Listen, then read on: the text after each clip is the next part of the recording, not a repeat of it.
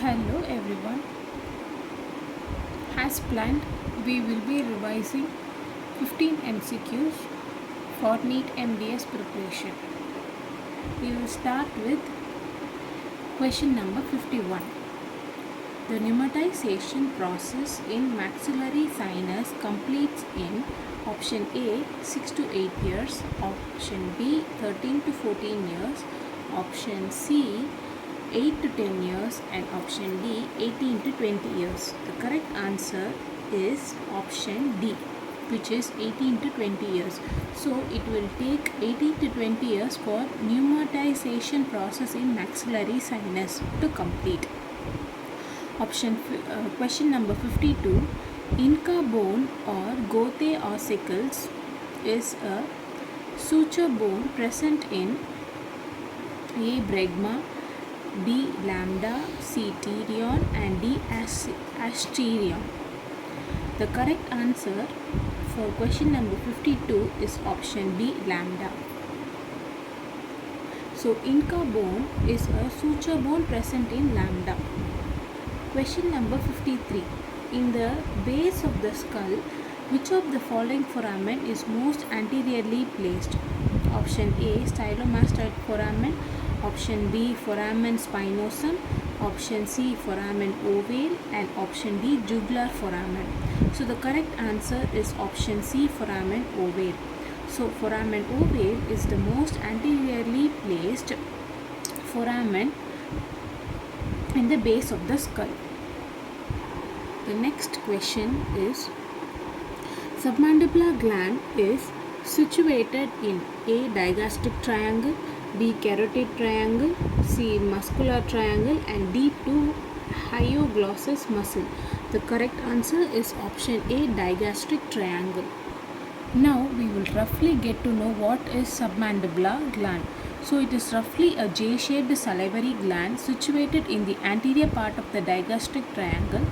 So here the answer dictates digastric triangle. So according to the question, the submandibular gland is situated in the correct answer is digastric triangle. Now, so the ductal opening is called as Wharton duct, and this gland is divided into large superficial and small deep part of the mylohyoid muscle. So according to the Wharton duct, it opens on the floor of the mouth or on the summit of the sublingual papilla at the side of the frenulum of the tongue. So its secretion is mixed and predominantly serous. Question number 2. Secremotor supply of parotid comes from option A. greater petrous nerve, greater petrosal nerve, option B. auriculotemporal nerve, C. maxillary nerve, and cauda tympani nerve. So the correct answer for option 2 is, we will refer the answer.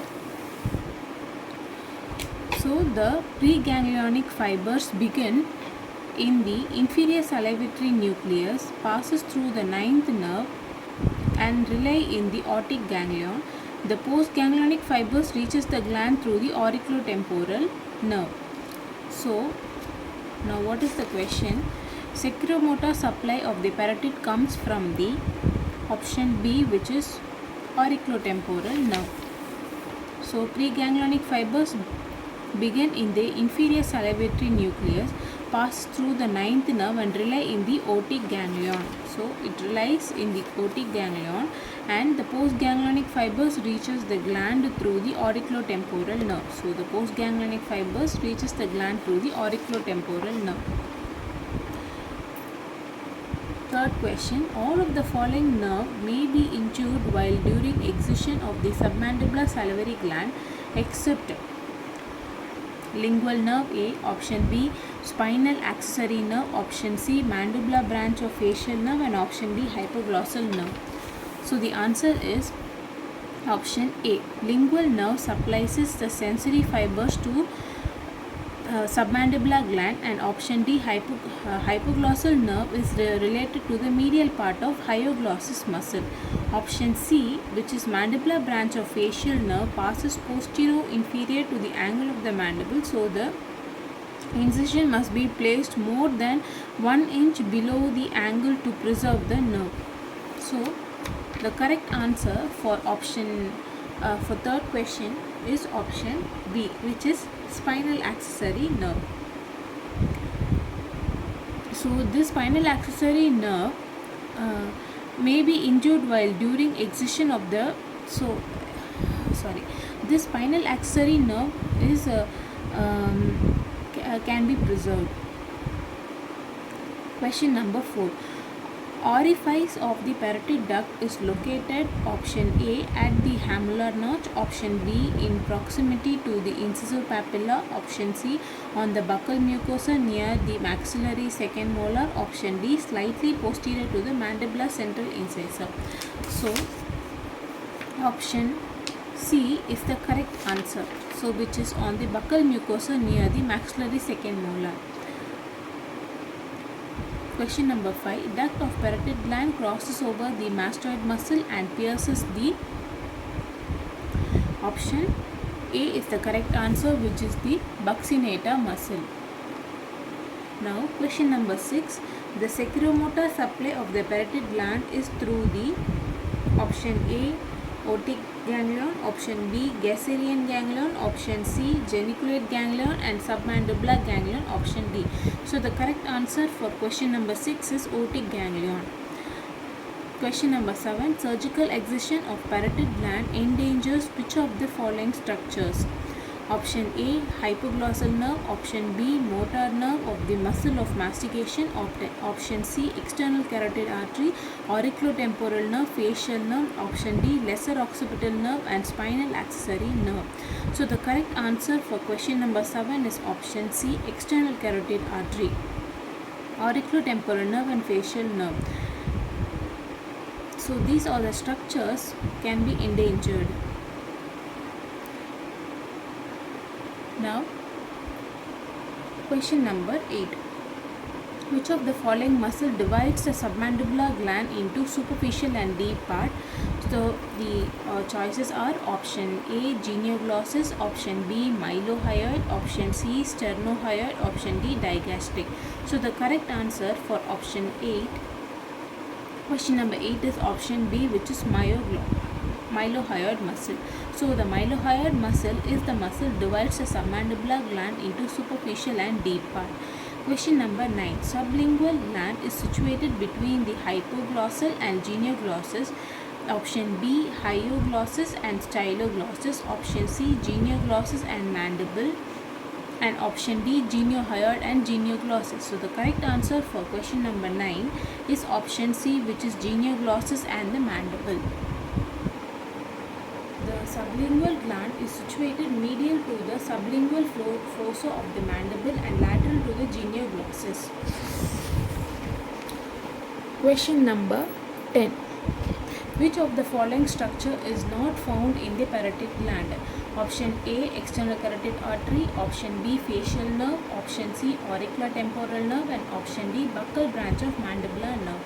So the correct answer for option 10 will be option D, which is the structure within the parotid gland is artery, external carotid artery, vein is retromandibular vein, nerve is facial nerve and its branches, and parotid lymph nodes. So the correct answer for option question number 10 is option D. So I'll repeat the question. Which of the following structure is not found in the parotid gland is option D buccal branch of mandibular nerve. Question number 11. Isthmus of thyroid gland is across the tracheal ring. Option choices are A second to fourth, option B third to fifth, option C fifth and sixth, and option D fourth only. The correct answer for question number 11 is option A second to fourth. Question number 12. The left subclavicular artery is a branch of option A brachiocephalic artery, option B ascending aorta, option C arch of aorta, and option D left common carotid. So the correct answer is Option C, which is arch of aorta. The subclavian artery is the principal artery of the upper limb. It also supplies a considerable part of the neck and brain through its branches. On the right side, it is a branch of brachiocephalic artery. On the left side, it's a branch of arch of aorta. So I repeat the question. The left subclavian artery is a branch of arch of aorta. Now we will repeat all the 15 MCQs we have studied now. The pneumatization process in maxillary sinus completes in, the correct answer is option D, which is 18 to 20 years. Inca bone or Gothe ossicles is a suture bone present in the correct answer is option B, lambda. In the base of the skull, which of the following foramen is most anteriorly present is foramen O.